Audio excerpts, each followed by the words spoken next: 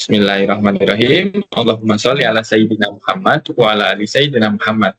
Rabbi shrah li sadri wa yassir li amri wahlul 'uqdatam min lisani yafqahu. Allahumma sholli ala Muhammad wa ala ali Muhammad. Yang sama-sama kita hormati Bu Ida Nuraini Novianti, sarjana sosial, magister pendidikan, magister sains selaku ketua Yayasan Generasi Juara, Bapak Rahmat, sarjana pendidikan, Master of Science, selaku direktur Generasi Juara, rekan-rekan tim PKBM dan juga semuanya yang hadir ya, ayah, bunda beserta ananda, terkhusus kepada kakak-kakak alumni Generasi Juara yang hari ini hadir ya, Kak Iwayan Angga Wijaya. Buat yang belum kenal, perkenalkan, nama saya Fadilah Mursid Alansori. Saya adalah tim dari Generasi Juara yang hari ini akan membantu teman-teman sekalian mendampingi dalam kegiatan sharing alumni ya, untuk peserta didik Generasi Juara yang telah lulus ke perguruan tinggi luar negeri. Masya Allah, alhamdulillah sudah hadir tengah-tengah kita. Assalamualaikum Kak Angga. Panggilannya Kak Angga nih. Kak Angga ini Halo teman-teman. Ya, Kak Angga ini alumni paket C PKBM Generasi Juara, diterima di Tourism Pariwisata People Friendship University of Russia.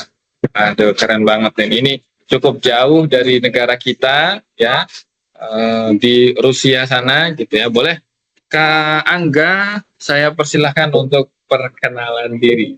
Silakan Kak Angga.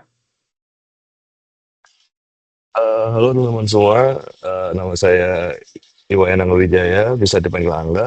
Dan saya sebelumnya ingin berterima kasih kepada Bapak Ibu yang ada di PKBM Generasi Juara karena sudah mengundang saya untuk menjadi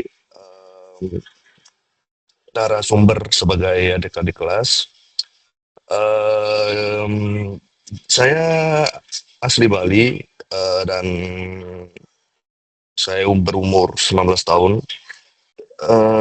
Saya sudah di Rusia itu selama 2 tahun. Saya kesini pada saat saya umur 18 tahun ya. Oke, Kak Angga ini berarti sudah 2 tahun di sana. Boleh diceritain Kak, waktu awal-awal ke sana itu dengan kegiatan apa di sana, boleh Kak? Oke, saya saat pertama kali saat di sini, kebetulan saya bersama keluarga juga di sini. Keluarga saya semua bekerja juga di sini. Jadi saat saya pertama kali tiba di sini, saya tentunya masih belum bisa bahasa Rusia sama sekali, dan juga saya belum dan saya pada saat itu belum memperdalam bahasa Inggris banget juga ya. Dan kebetulan juga kebanyakan orang-orang Rusia sini tuh sangat sedikit orang yang tahu bahasa Inggris. Jadi kita tuh kalau ingin belanja, ingin pergi kemanapun, kalau kita menanyakan pakai bahasa Inggris, mereka belum tentu bisa menjawab. Karena orang-orang sini lebih terbiasa dengan bahasa yang mereka sendiri, dan mereka kayak tidak perlu untuk mempelajari bahasa luar. Karena ya mungkin untuk di negara Rusia ini seperti kalian tahu cukup besar ya. Jadi mungkin menurut mereka ya udah, mungkin bahasa Rusia, bahasa luar itu nggak perlu sebagai bahasa keduanya atau bahasa utama, karena kan negara Rusia sangat luas, jadi mereka bisa kemana-mana untuk di wilayah Rusia saja, dan mereka kemungkinan besar saat ini belum membutuhkan bahasa Inggris tersebut. Jadi karena itu saya pada saat saya di sini, setelah saya di sini datang kalau nggak salah 2022 bulan September kalau nggak salah, dan saya baru sampai di sini. Saya awal-awal masih seperti mencoba memperkenalkan diri saya kepada alam-alamnya di sini ya, begitu. Kalian tahu sendiri bahwa di sini Eropa pasti dingin, dan orang-orang Eropa juga yang kelihatannya begitu dingin juga, begitu cuek. Cuman kalau kalian tahu mungkin orang-orang luar sini kelihatannya cuek, cuman sebenarnya tidak. Mereka kayak kalau kalian deket, mereka pasti care banget sama kalian. Untuk pengalaman saya pertama di sini itu saya setelah 6 bulan, kalau kurang kurang lebih 6 bulan saya di sini, saya diem, saya hanya tidak melakukan apapun, saya hanya diem di rumah dan kebetulan saya sudah berumur 18 tahun pada saat itu dan saya memerlukan visa karena kalau mungkin masih di bawah umur 18 tahun, saya masih bisa bergabung bersama orang tua saya visanya. Tapi berhubung saya sudah di atas 18 tahun, jadi saya harus ada kegiatan di Rusia ini untuk memperpanjang visa saya. Otomatis saya langsung mencari kegiatan untuk sementara. Saya mengikuti kursus bahasa Rusia itu selama kurang lebih 3 bulan. 3 bulan pertama saya mengikuti kursus bahasa Rusia karena itu salah satu syarat untuk ingin memasuki universitas di sini Rusia. Semua universitas rata-rata harus at least bisa untuk berbahasa Rusia. Walaupun hanya mengerti sedikit-sedikit, cuman at least bisa lah untuk bahasa sehari-hari gitu. Em, jadi saat saya di sini saya belajar dulu selama 3 bulan dan visa saya diperpanjang. Alasan saya khusus bahasa Rusia juga itu bukan karena hanya memperpanjang visa, tapi saya masih menunggu waktu untuk beasiswa karena beasiswa kalian tahu sendiri tuh setiap tahun kalau di Rusia ya itu tuh keluar 2 kali setahun, ya benar 2 kali dalam setahun. Pada saat saya sudah lulus bahasa Rusia, di gelombang pertama saya mencoba untuk eh, meng-apply beasiswa. Eh, Pertama saya masih bingung karena saya masih nggak tahu caranya. Setelah saya tanya-tanya sama orang sini, kebetulan orang-orang sini juga banyak orang-orang Indonesia yang sekolah di Rusia dan mereka semua mengatakan, "Kamu coba disuruh pertama untuk bergabung ke Telegram segala macam bla bla bla." Lalu saya bergabung dan akhirnya saya mencoba mau nge-apply, cuman pas di awal saya kurang mungkin bisa dibilang kurang gitu beruntung, saya masih belum mendapatkan dan saya mencoba lagi meng-apply yang untuk yang kedua kalinya dan itu di kalau nggak salah di bulan 6 2023 saya mencoba meng-apply dan akhirnya saya keterima bisa untuk sekolah di universitas apa yang saya inginkan. Keren Kak Angga. Ya, selain dari kayak tadi ya cerita tentang bahasa, berarti kan di 6 bulan awal Kak Angga ini nggak bisa interaksi dengan masyarakat sekitar ya, karena memang saya sadari bahwa bahasa Rusia itu termasuk yang sulit ya Kak Angga ya. Iya betul. Berarti belajar bahasa Rusianya sampai bisa komunikasi dengan masyarakat sana berapa lama Kak? Saya belajar bahasa Rusia untuk akhirnya bisa berkomunikasi yang seperti akhirnya bisa berbelanja dan gini menanyakan apapun sama orang Rusia itu mungkin kurang lebih setahun ya. Setahun saya udah bisa. Wow, wow, 1 tahun ya, karena memang bahasa yang sulit dan memang warga sana itu karena negaranya besar betul, terus di beberapa negara juga secara umum dipakai gitu ya, jadi banyak yang pakai. Jadi mereka ngerasa bahwa oh, cukuplah pakai bahasa Rusia. Selain bahasa, Kak Angga, culture shocknya apa aja? Selain bahasa dan suhu ya, di sana dingin, pasti lebih dingin. Di sini bahasa yang susah ya betul yang dibilang sama Pak Fadila. Bahasa yang sangat susah dan suhu juga, suhu sangat sangat benar-benar beda drastis sama dengan di Indonesia. Sedangkan kalau di Indonesia kalian hanya mungkin ya paling dingin di Indonesia tuh paling sekitar 15 derajat kali bisa dibilang ya mungkin dan itu pun pada saat benar-benar hujan. Nah kalau saat di sini kalau kalian ingin tahu seberapa benar-benar dinginnya di sini itu tuh sampai terkadang bisa sampai -30 yang itu artinya benar-benar udah kayak di freezer Jadi saya tuh udah kayak daging segar yang ditaruh di freezer, bener-bener dingin dingin banget. Jadi eh itu untuk tantangan ekstrimnya lumayan.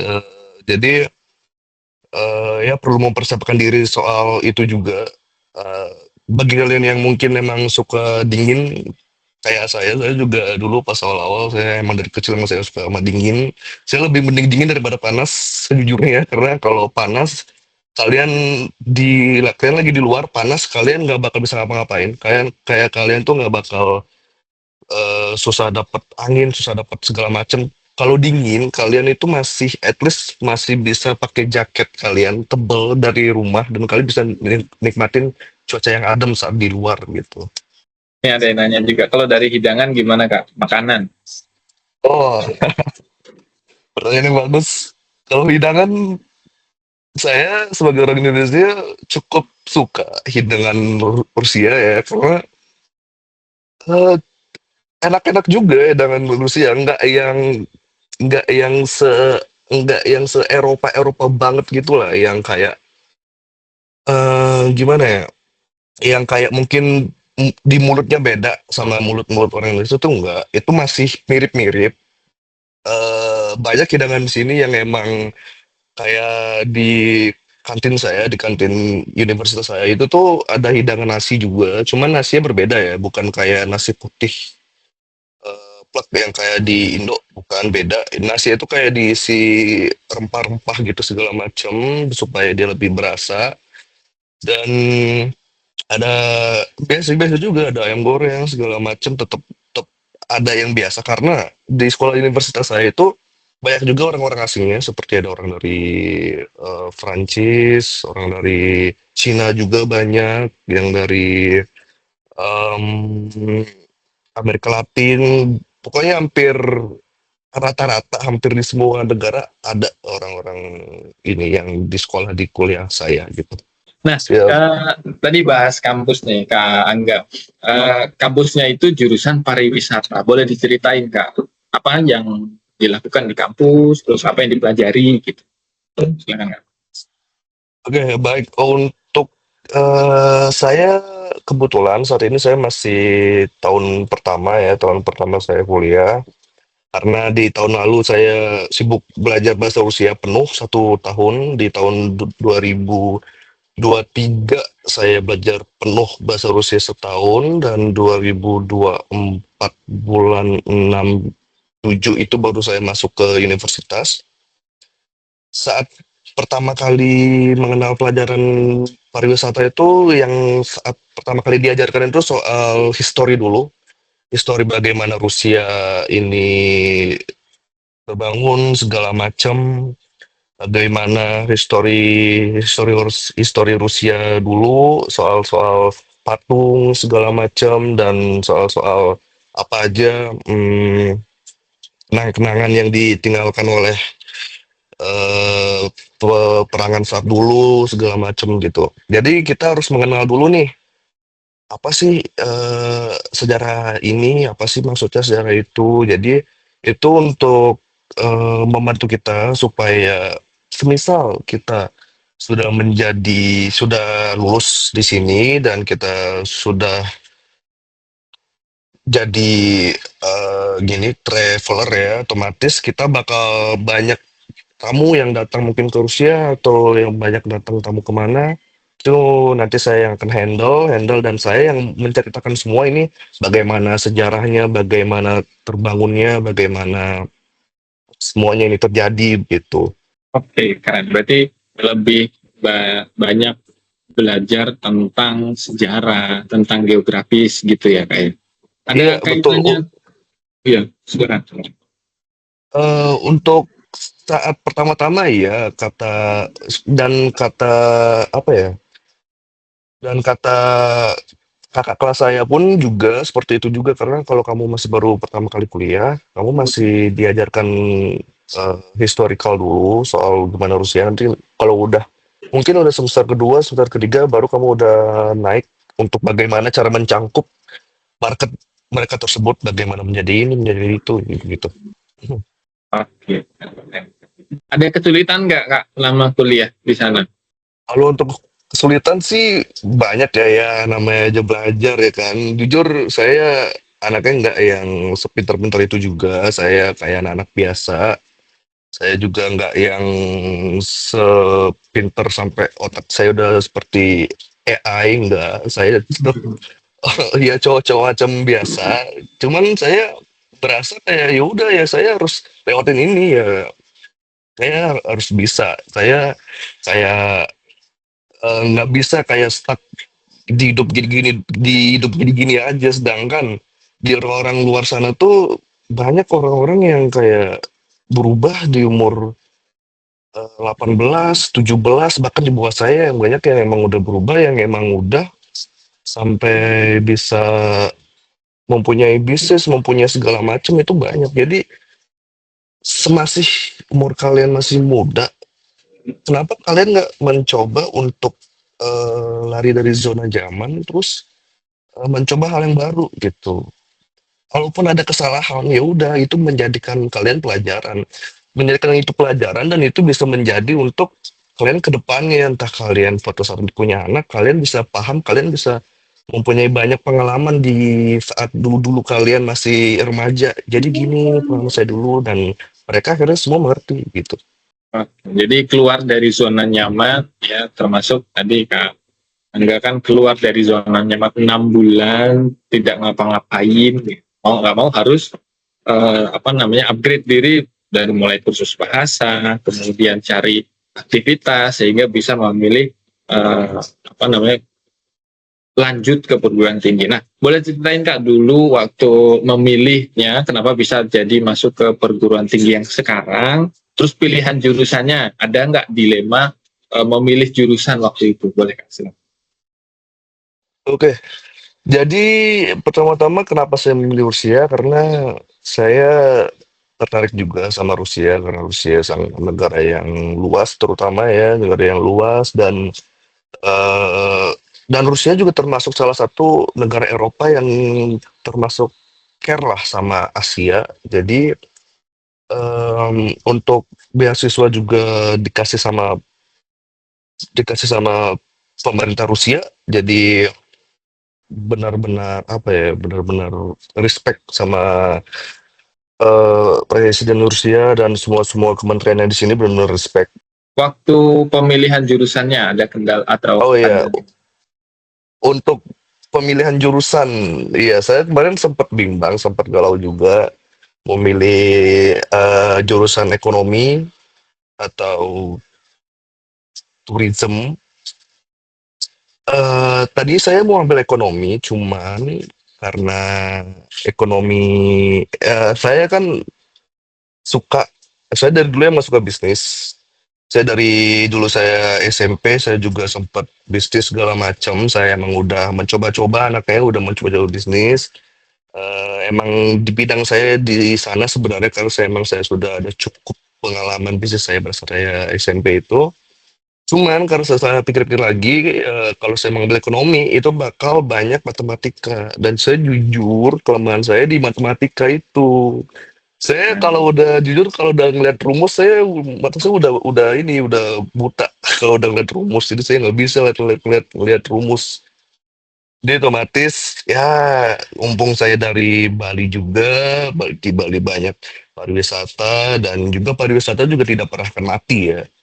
Jadi ya jadi akan mungkin tourism atau pariwisata cukup cukup cocok untuk saya karena saya juga di suka di bidang traveling juga termasuk. Oke, terima kasih Kak Angga. Ini sepertinya sudah banyak yang nggak sabar untuk kasih pertanyaan dari Kak Hafiz tadi, Kak Jessica, sampai ke Kak Angga. Ini banyak di kolom chat sudah mulai bertanya gitu ya. Ada tidak Kak komunitas mahasiswa Indonesia Rusia di sana? Banyak ya komunitas dari mahasiswa Indonesia di Rusia itu banyak, ada banyak tentunya. Dan mereka semua di sana mengumpul jadi satu dan kadang-kadang mereka juga membuat event. membuat event seperti main futsal bareng, main badminton bareng juga. Dan kami juga kadang-kadang di kedutaan Indonesia kami itu juga sering mengadakan acara juga seperti acara tahun baru, acara 17 Agustus gitu seperti itu. Jadi untuk mahasiswa itu sangat-sangat seru sekali ya karena di sana bakal ada banyak makanan-makanan Indonesia bagi kalian yang mungkin kangen dengan makanan Indonesia. Kalian bisa bebas makan di sana dan pastinya gratis juga. Dan mungkin itu bisa kayak seperti mengobati rasa kangen kalian sementara untuk di Indonesia dan di sana juga banyak ada Hmm. teman-teman Indo juga yang banyak rata-rata mahasiswa Indo di sana bakal datang dan banyak sekali mahasiswa Indo yang datang dan mereka bakal berbagi sharing-sharing bagaimana pengalaman mereka di sini segala macam seperti itu. Iya betul ya. Tentu ada ya. Saya kalau suka nonton YouTube-nya mahasiswa Indonesia yang di Rusia itu Turah Patriana, terus siapa lagi tuh banyak gitu ya. Itu sering ada kegiatan-kegiatan mahasiswa Indonesia gitu. Keren. Iya Angga betul. harus aktif di sana.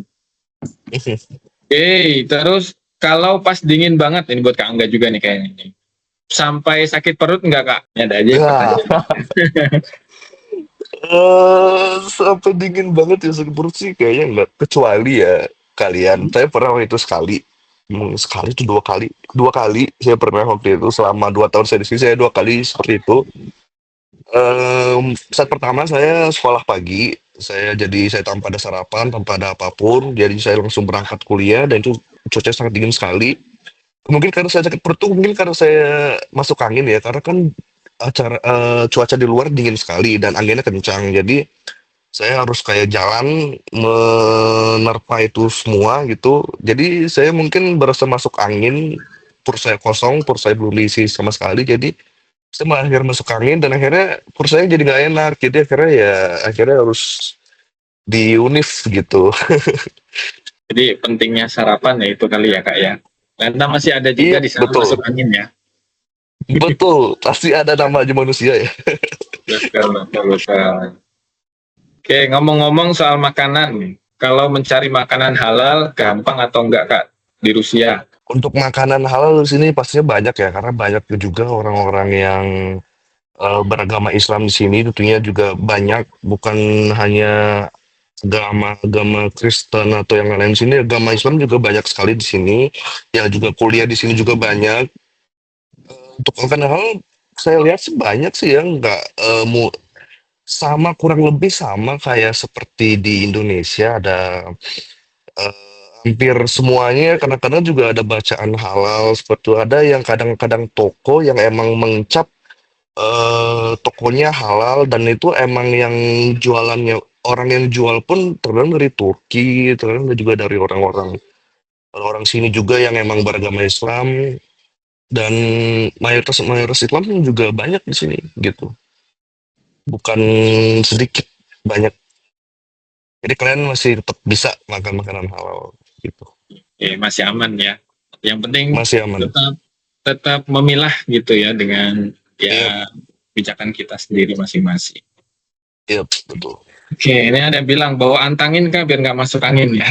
Kalau ada di sana gitu. Ya, saya nggak pernah pakai gituan sih. Di Saya sana sih. kayak iya harus pesan dari Indo kalau mau dibawa ke sini dan itu lumayan mahal just tip-nya. Jadi saya Ya, ya udahlah nggak perlu rasanya. toko Indonesia di sana paling juga ada, cuman mahal untuk produk seperti itu ya. Toko Indonesia kebetulan sih tidak ada, Itu Pak. gimana? Cuman ada ini sih toko-toko Vietnam. Nah, toko Vietnam kan termasuk Asia juga. Nah, di Ya, sana juga kadang-kadang ada kayak bumbu-bumbu Asia yang mau makan Asia. Nah, kebetulan di toko Vietnam itu ada juga yang jual Indomie. Itu sangat oh, kebetulan sekali. Cuman Indominya kadang-kadang bertulisan dari Arab atau enggak dia bertulis Vietnam gitu. udah Indominya. ekspor kemana dulu baru ke situ ya. Oke, Iya, betul. ini ada yang angkat tangan mau bertanya. Boleh Kak Mediana, silakan. Halo, Assalamualaikum, selamat siang. Waalaikumsalam.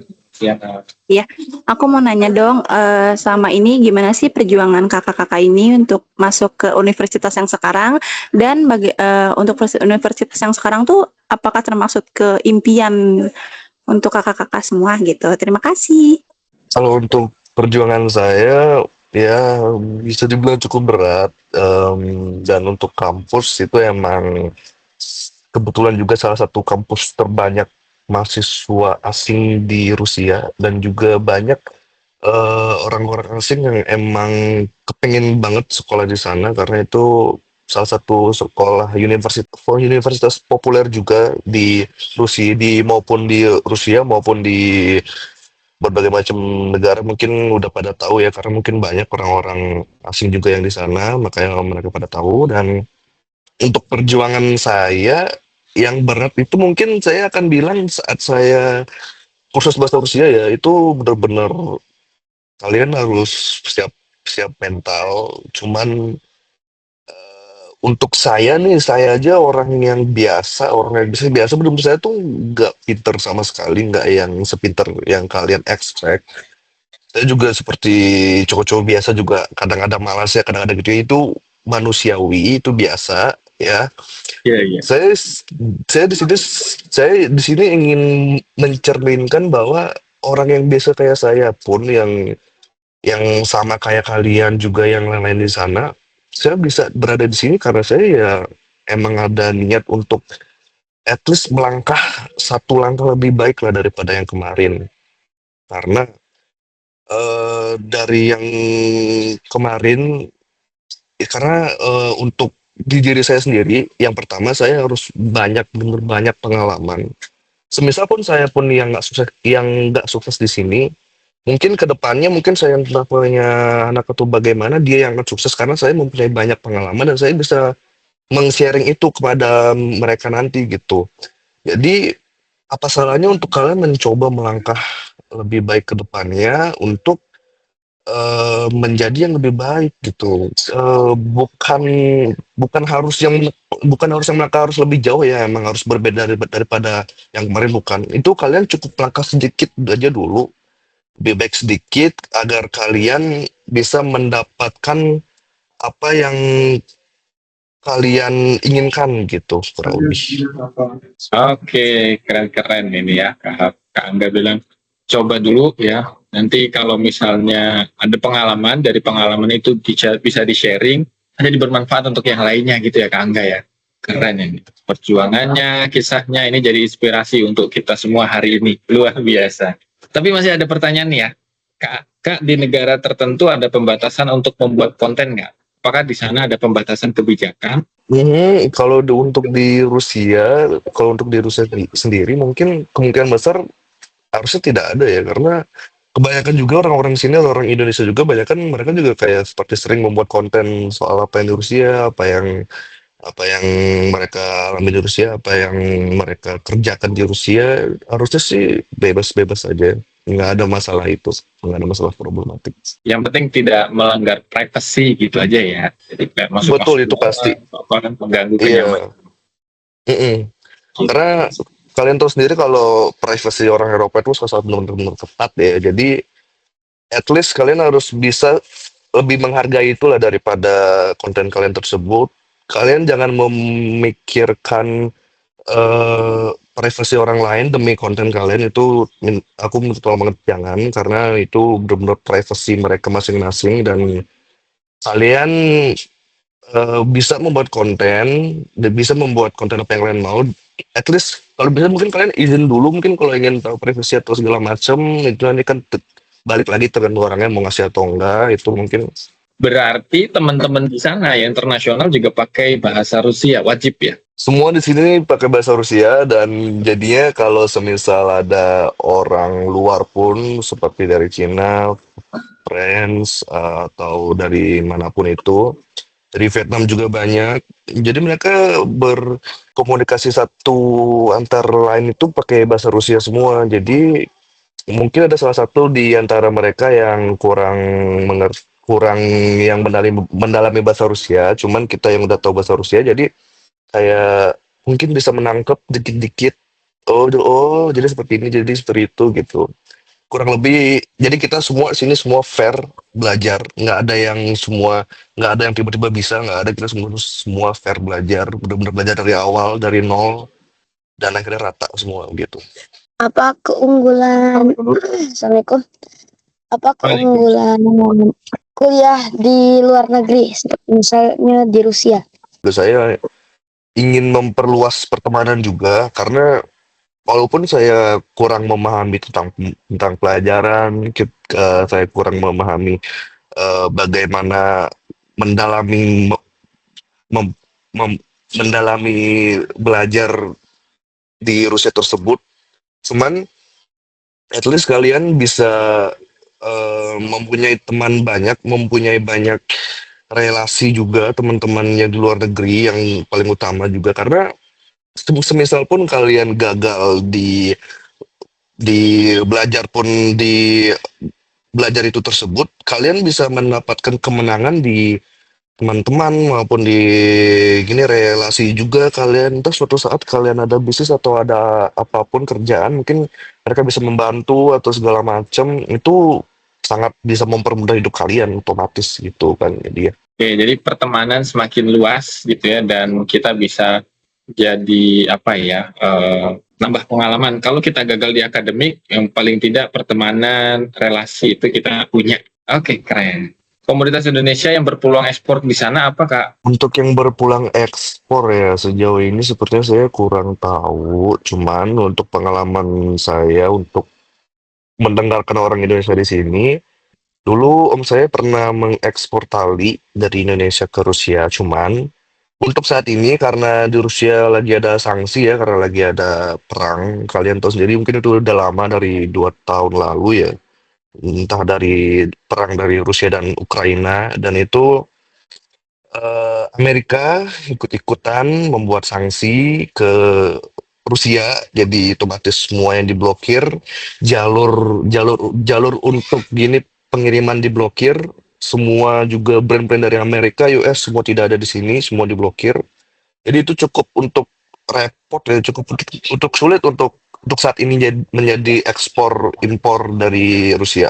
Mungkin kedepannya mungkin akan bisa, cuman saya masih belum tahu sih. Saya juga masih belum bisa memastikan kapan bisanya karena untuk saat ini masih belum jelas kapan perang itu berakhir. Jadi begitu bang. Ya, jadi ada satu kendala di Rusia dan Ukraina saat ini yang masih belum ada kejelasan gitu ya, yang itu kemudian. Tapi ke depan pasti bisa ya. Kalau kita mau apa namanya ya, terjun ke ekspor impor, mungkin kita juga bisa ke sana gitu ya. Jadi perantara dan sebagainya, tentu itu jadi kesempatan seperti itu selain dari pertemanan tadi ya. Oh iya, saya kelupaan menginformasikan bahwa di tengah-tengah kita ini ada rekan-rekan kita yang tadi habis ikut kegiatan pemberdayaan. Nah, ini teman-teman dari kelas paket B dan paket C yang ikut kelas pemberdayaan.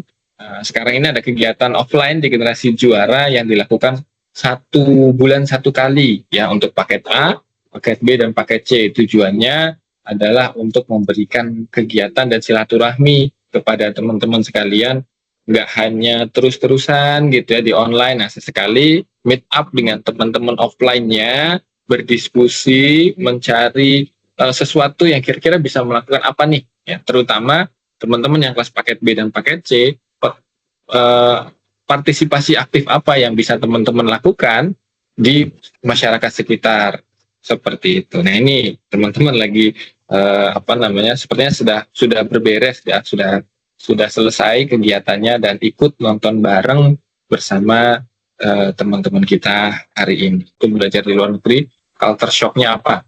Untuk culture shock mungkin ya itu tadi bahasa sama cuaca dan mungkin juga pelajarannya juga termasuk lumayan gang gitu kan karena ya kalian tahu sendiri di Rusia ya otomatis semua dosen juga pakai bahasa Rusia, nggak ada dosen pakai bahasa Inggris di sini sama sekali, nggak ada.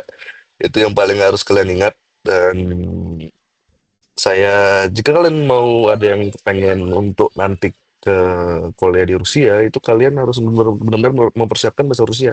Karena nanti nggak akan ada dosen yang benar-benar ngomong sama kalian tuh pakai bahasa Inggris. Kalian pasti akan dites, kalian pasti akan ditanyakan bagaimana bahasa Rusia kalian, dan kalian sudah sejauh apa kalian mengenal Rusia, apakah kalian pernah ke luar kota Rusia, dan kalian kemana saja, begitu kurang lebih. Yang paling utama adalah bahasa ya Kak. Oke, terima kasih banyak ya Ayah Bunda dan rekan-rekan sekalian yang sudah bertanya. Mohon maaf nih kalau ada pertanyaan lagi saya cukupkan gitu ya.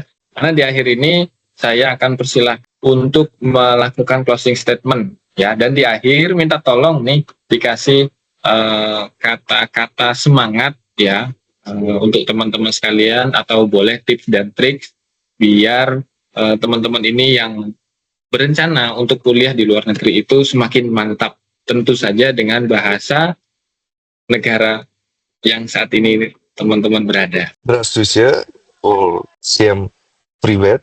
Меня зовут Анга, я из Индонезии. И мне сейчас 19 лет, то я здесь я учился в РУДН. Здесь очень-очень хороший город. Все здесь нравится. И мне тоже нравится, потому что здесь очень-очень холодно, и так здесь тоже все люди очень-очень добрые, и все мне нравится. Все. Sudah. Jadi itu tadi artinya, perkenalkan, nama saya Iwan Wijaya. Saya berumur 19 tahun dan saya bersekolah di RUDN, itu tempat nama universitas saya. Saya menyukai Rusia karena di Rusia ini cuacanya dingin dan juga orang-orangnya juga sangat welcome kepada orang asing. Jadi saya sangat-sangat suka tinggal di sini gitu kurang lebih. Keren, luar biasa. Saya cuma tahu spasibo. Bener nggak? Iya, iya betul. Benar ya? Spasibo Benar ya? Spasibo.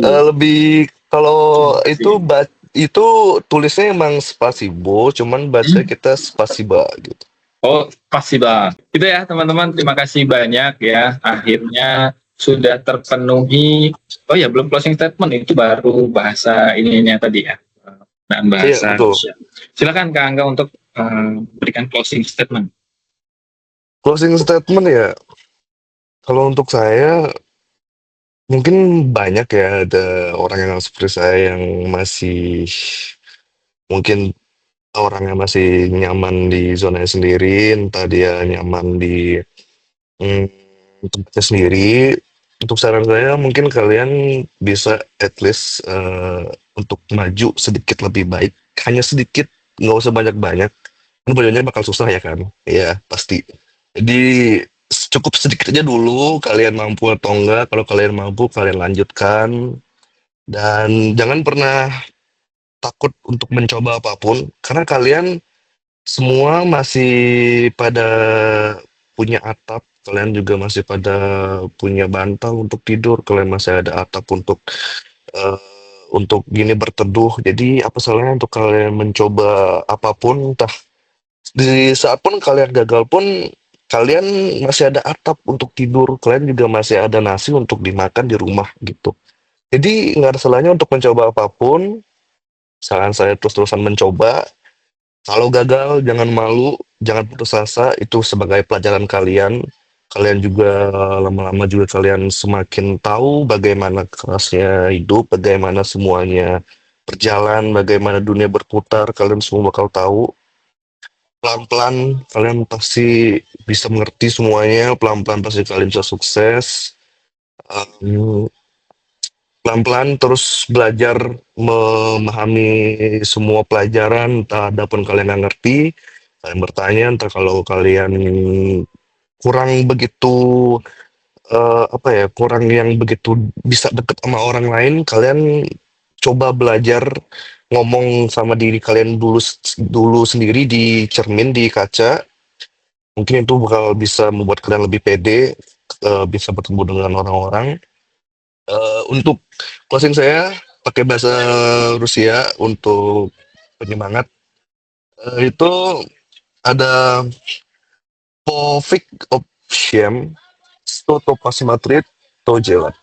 Itu artinya simpelnya itu kayak bodo amat tentang hal semuanya. Apa yang kalian lihat itu yang kalian kerjakan. Apa yang kalian lihat itu yang kalian tempuh, apa yang kalian lihat itu yang kalian kerjakan. Pokoknya semua udah jalannya terus. Jangan ada yang lihat ke belakang, jangan ada yang lihat kanan kiri, udah. Perfect, itu kalau bahasa Rusia. Keren, luar biasa, Masya Allah ya.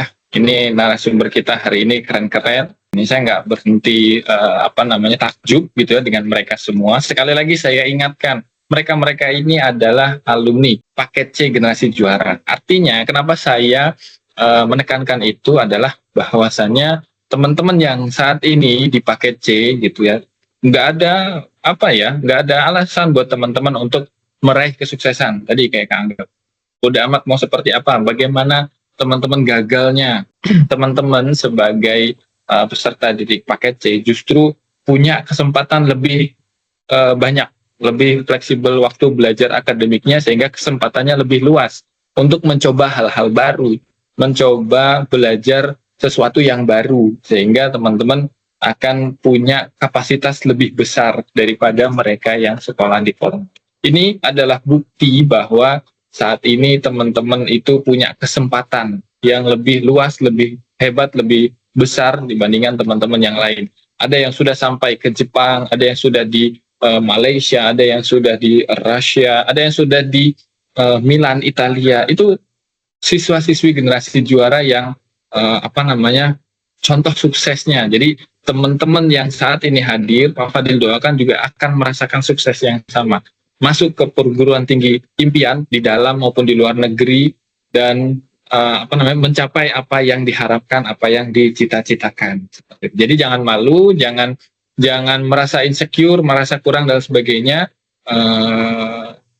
Dicoba dulu, dilakukan dulu gitu ya. Kalaupun gagal, masih ada atap kalau kata Kak Angga tadi. Teman-teman mencoba pasti akan ada hasilnya. Teman-teman berusaha pasti akan ada hikmah di baliknya. Generasi juara hebat dan keren. Amin, amin. Terima kasih banyak. Saya doakan teman-teman semuanya yang hadir hari ini ataupun yang mendengarkan rekaman atau yang mendengarkan melalui platform lain gitu ya, setelah ini nanti dipindahkan, mudah-mudahan juga mendapatkan keberkahan, semangat yang sama, kemudian dapat menggapai cita-cita teman-teman semuanya ya. Mohon maaf, saya harus akhiri kegiatan kita pada hari ini.